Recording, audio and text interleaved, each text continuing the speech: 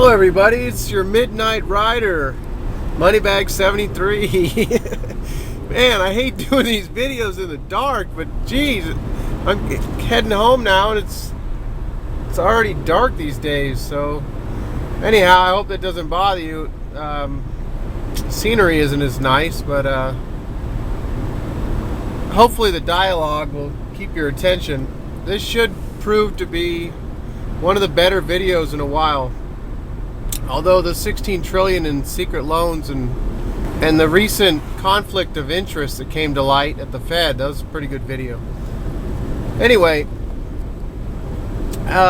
one main topic I want to talk about was the difference. If you're talking to somebody about the difference between the 1970s bull market in precious metals and the current one that started in 2000, 2001, there's a huge difference. The reason I'm thinking about this now is because this morning I got up a little early before I left for work,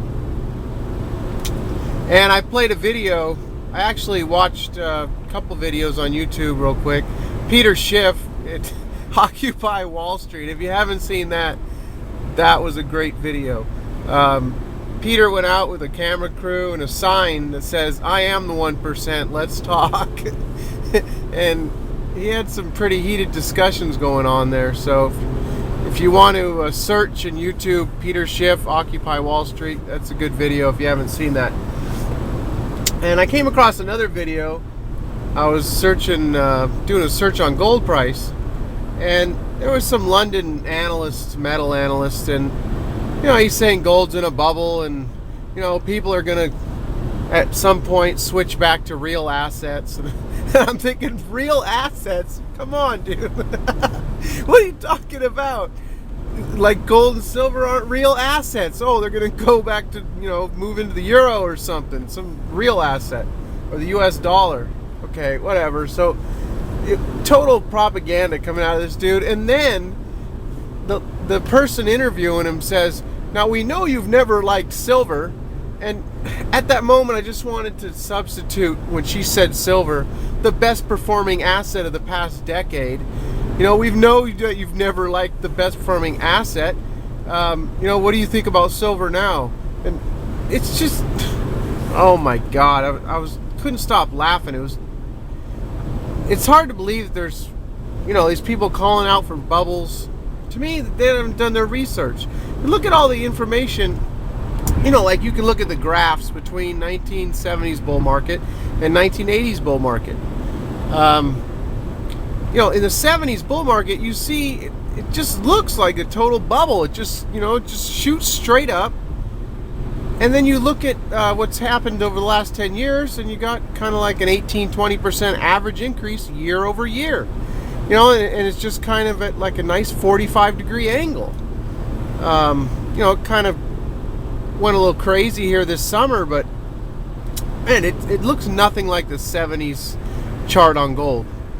So I'll try and find that comparison. I'll try and put it below. There's a comparison between the 70s and the 80s bull market. I mean the 70s and the current bull market, and looking at the two graphs side by side really shows a lot.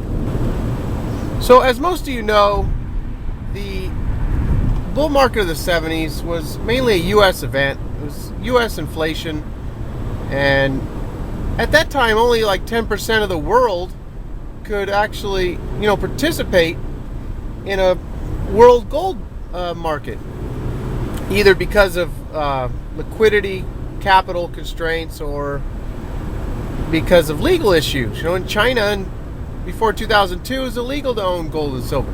They didn't participate in that 70s market, and India didn't participate much either. It was mainly a U.S. event that drove gold from 35 up to 850, and silver, up to its $50 peak that we're not even at now. So, just looking at those two things, I came across something that's just totally lays it out as far as what's going on now and what was going on then.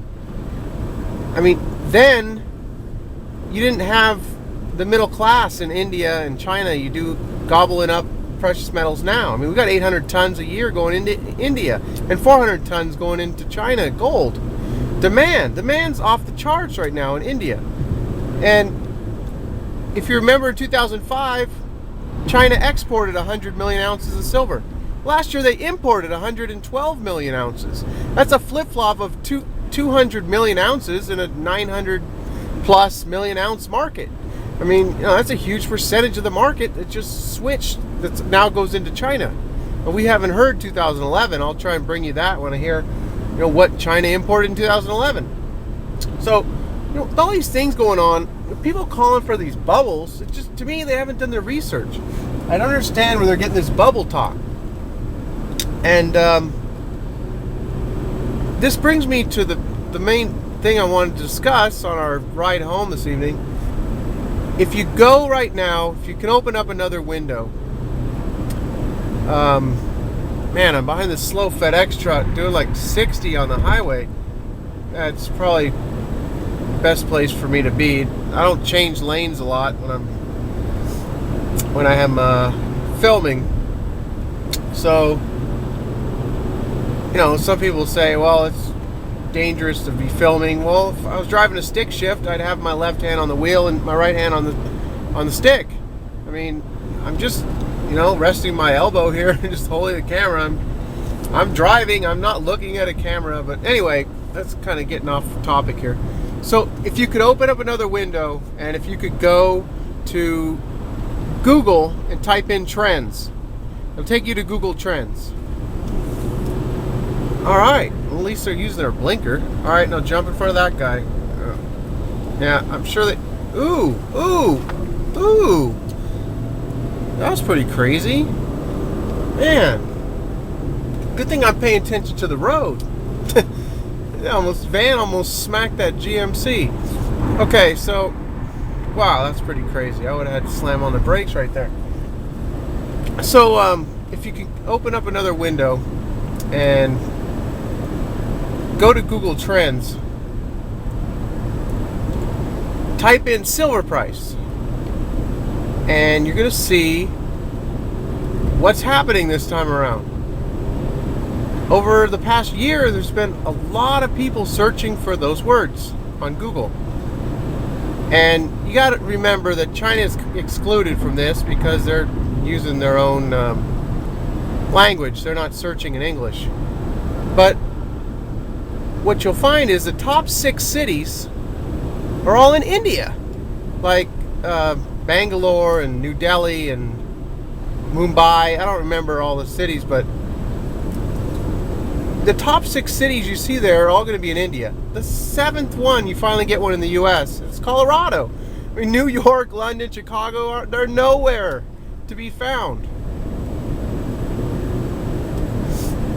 Thinking back, I was just talking about how being behind this FedEx truck was the safest place, and then we almost witnessed a total crash, like right there after I said that.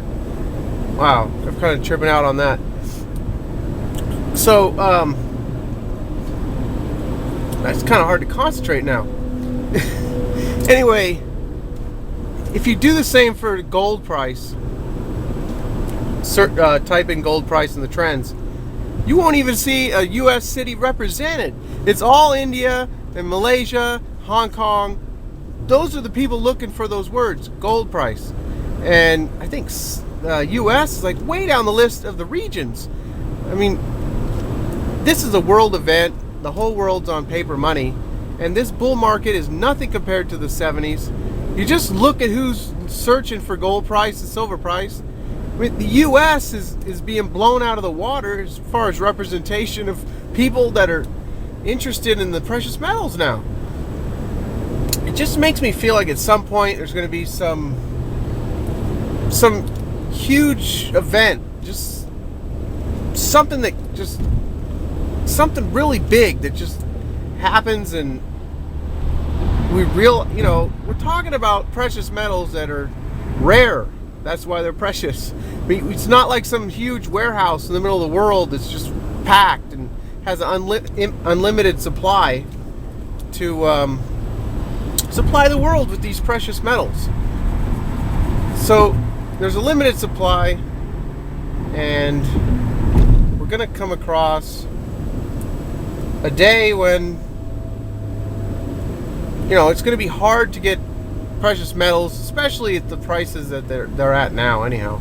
So anyway, that was the main thing I wanted to point out was, wow, everyone's just blowing by me.